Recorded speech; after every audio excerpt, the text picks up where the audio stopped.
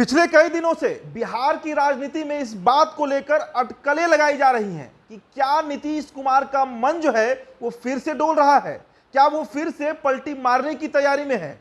देखिए, राजभवन में सुशील कुमार मोदी से उनकी मुलाकात और सोमवार की रात नीतीश से राज्यसभा के उपसभापति हरिवंश नारायण सिंह की भेंट ने बिहार का सियासी सरगर्मी जो है वो बढ़ा दिया है।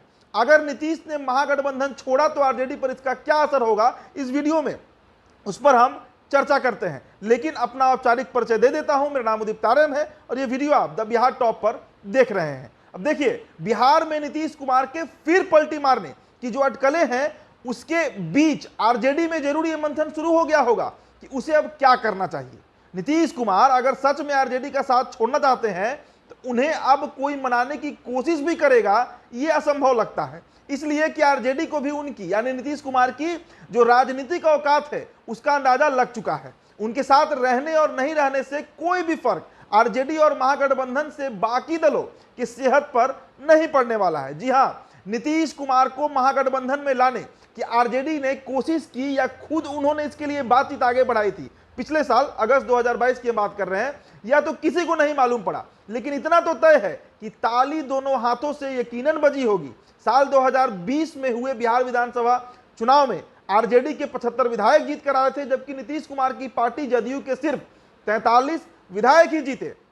वोट शेयर की बात कीजिए तो आरजेडी को कुल 23.11% वोट मिला था, जबकि नीतीश कुमार की पार्टी जदयू को 15.6% वोट मिला था। और साल 2015 में आपको याद होगा जब जदयू और राजद साथ लड़ रही थी तब भी जदयू को 16.7% वोट ही मिला था। और आरजेडी को 2015 के विधानसभा चुनाव में भी वोट शेयर के मामले में जदयू से लगभग दोगुना था। यानी नीतीश के साथ लगातार राजद का रहना या नहीं रहना राजद के असर पर, राजद के स्वास्थ्य पर कोई बेहद ज्यादा असर नहीं पड़ता है। अब हम बात कर लेते हैं नीतीश कुमार के जो राजनीतिक समीकरण है, जातीय समीकरण है बिहार में, उस पर देखिए। नीतीश के साथ लगातार कुर्मी कोयरी का लघु समीकरण रहा है। उनकी आबादी बिहार में 11 से 12% मानी जाती है, यानी उनके आधार वोट से 4-5% अधिक जो वोट मिलते रहे हैं वो नीतीश कुमार की सरकार के बनाए दलित, महादलित और कुछ मुस्लिम कम्युनिटी के वोट रहे होंगे।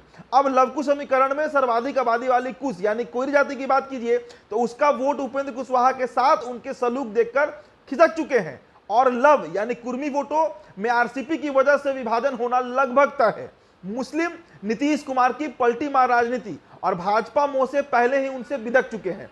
इसलिए अब उनके पास यानी नीतीश कुमार के पास 5 से 7% वोट भी नहीं बचा है। यानी आरजेडी को उनके साथ न रहने पर नुकसान 10% से कम का ही होगा। और इसकी भरपाई के लिए अभी कांग्रेस और वाम दल जो है वो आरजेडी के साथ हैं और भविष्य में भी साथ रहेंगे। अब बात कर लेते हैं आरजेडी की, यानी राजद की जो सबसे बड़ी ताकत मानी जाती है वो यादव और मुस्लिम वोटर रहे हैं। लालू प्रसाद यादव ने सामाजिक न्याय के नाम पर दलित पिछड़ों के बीच भी अपनी पुख्ता बुनियाद रख दी थी। यादव वोटरों ने तो दुर्दीन में भी आरजेडी का साथ नहीं छोड़ा था। हम साल 2010 की बात कर रहे हैं। लेकिन नीतीश की नरेंद्र मोदी विरोधी छवि बन जाने के कारण मुस्लिम जरूर आरजेडी से खिसक कर उनके साथ आ गए थे। लेकिन साल 2020 में हुए विधानसभा चुनाव में मुस्लिम कम्युनिटी का नीतीश से भरोसा उठ गया, इसलिए कि वे उस एनडीए के साथ थे जिसका नेतृत्व केंद्र स्तर पर बीजेपी करती है और बीजेपी का नेता नरेंद्र मोदी प्रधानमंत्री हैं। उनसे मुसलमानों की चिढ़ रही है और यही वजह रही कि नीतीश कुमार एक अदद मुस्लिम विधायक के वोट के लिए भी तरस गए थे। ऐसा नहीं था कि जदयू ने मुसलमानों को टिकट नहीं दिया था। आपको याद होगा कि 2020 में जदयू ने कुल 11 मुस्लिम कैंडिडेट उतारे थे, लेकिन कोई नहीं जीता। यानी मुसलमानों का नीतीश से भरोसा टूट चुका है, मोह जो है वो भंग हो चुका है। तो फिर ये वोट जो है वो भी आरजेडी के प्रभाव में है। अब देखिए, बिहार में मुस्लिम आबादी 17% मानी जाती है और यादवों को 18% आंकी जाती है। हालांकि इसका कोई पुख्ता आधार नहीं है, लेकिन अगर जदयू रहित आरजेडी के नेतृत्व वाला महागठबंधन बचता है तो यादव मुस्लिम का करीब 35% जो आबादी है उसकी समर्थन जो है वो राजद के साथ जरूर रहेगा।